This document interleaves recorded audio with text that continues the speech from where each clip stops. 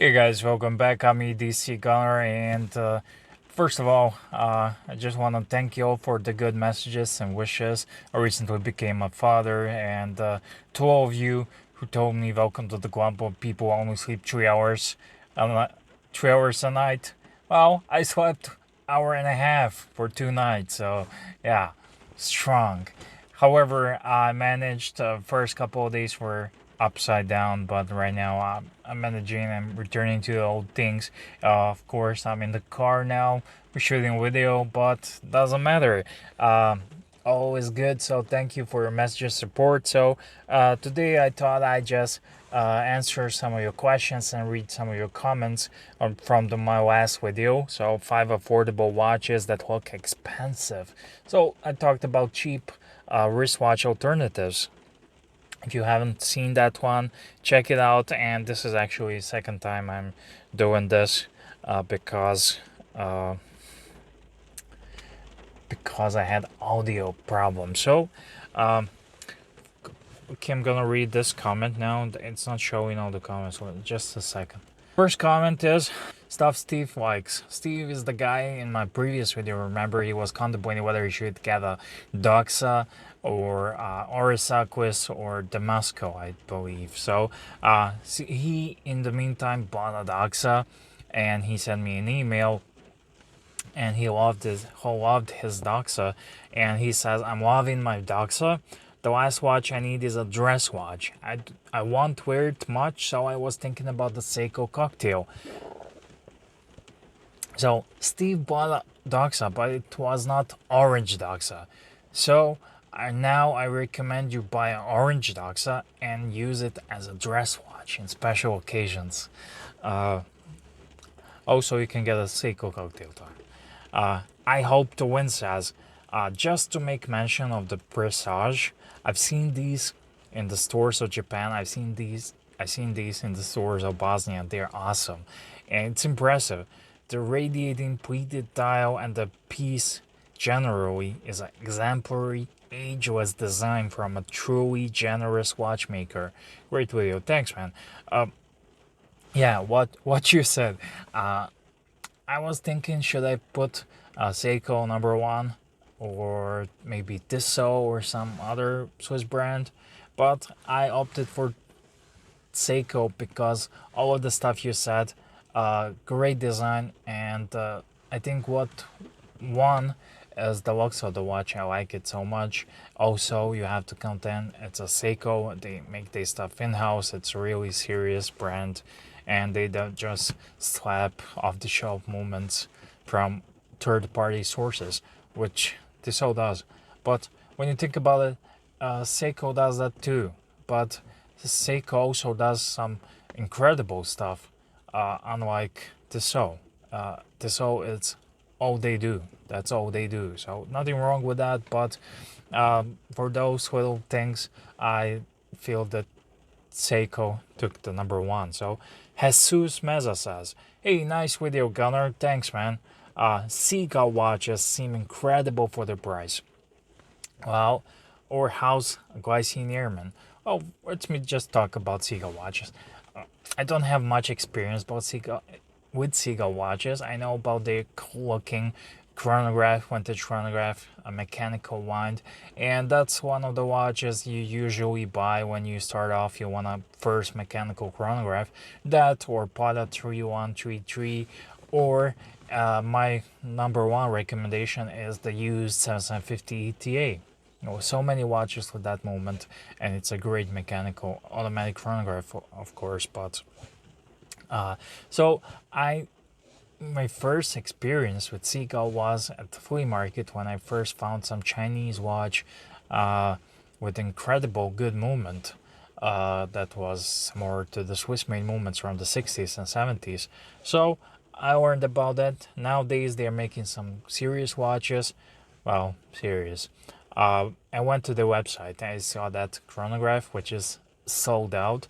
However, they have a dive watch, and they have some all sorts of watches, but no doubt the hit is their chronograph. So because I haven't had any experience with them, or do I plan to buy them in the future? I cannot recommend them because I don't know about these watches too much about the quality. I think they should be decent. The feedback and people who own them, they seem really to like them really much.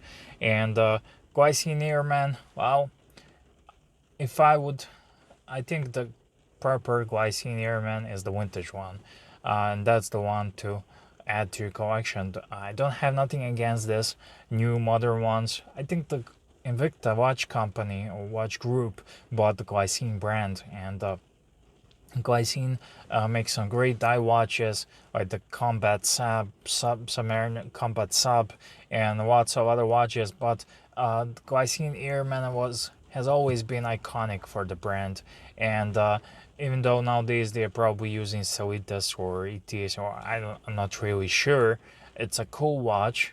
I think it has been featured on the Dinky one, so check it out. And however, I think the true collectible is the vintage one to add to your collection, and I would add that. Yeah, I came to that level that I don't want modern one. I want a vintage.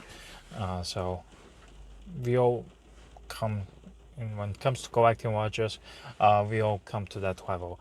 Malik Shabazz says, I totally agree with you 100% with your number one choice. I have Seiko Presage Cocktail Ice Blue. Yeah, I like them, and they many colors. Watch reviews 4K. Interesting choices. Regards. Yeah, promotion, self promotion, but there, huh? El Elbow Room Tube says, nice video info. I really like the black and W. Just having some fun, and I have no hair. 1975. Oh, cool. Great video. Presage is my next purchase. It was between that and Hamilton Khaki. Fiance liked the Presage better. I'm going to go for the darker blue dial, but I presume you like the Presage better. Also, Presage. I'm sorry. Presage. I'm saying it wrong all the time. I'm sorry. I apologize. I hope you like it better also. J JG, good video editing, great review, but somehow I connect Seiko with die watches. So Tissot first place. If you want cheap good watch, you have Citizen, cheaper than Seiko.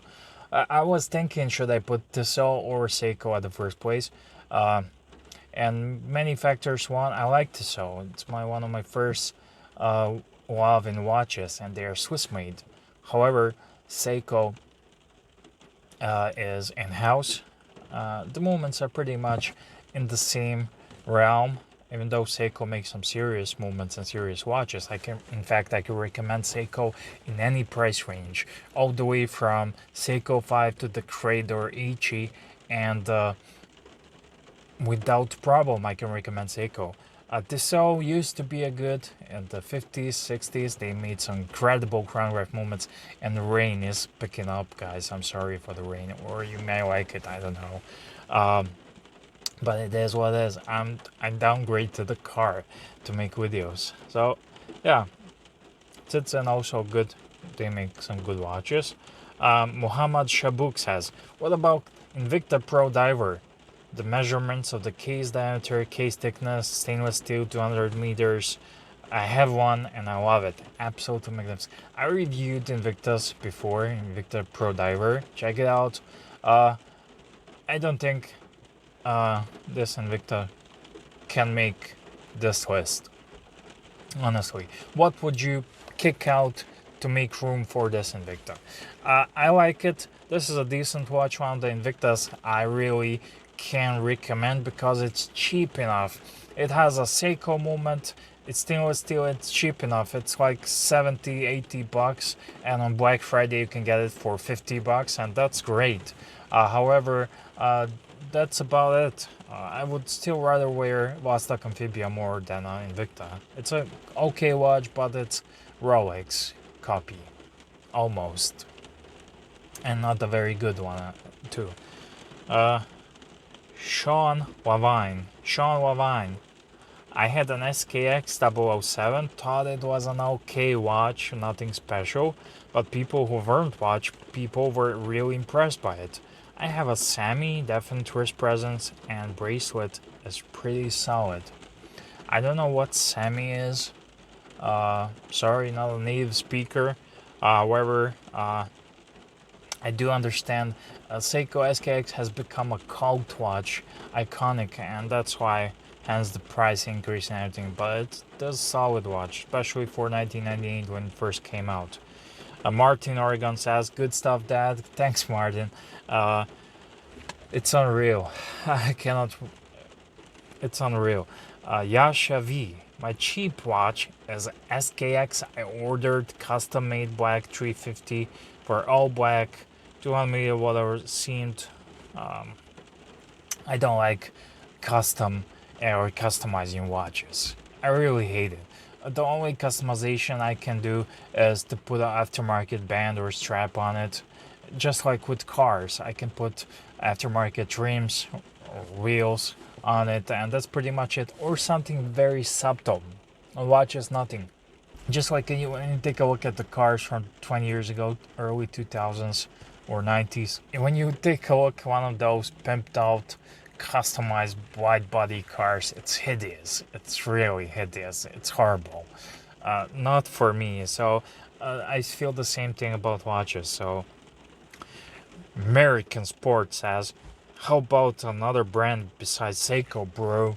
Well, there are lots of brands, but when it comes to entry level value for money, you cannot beat Seiko. So there are lots of other brands.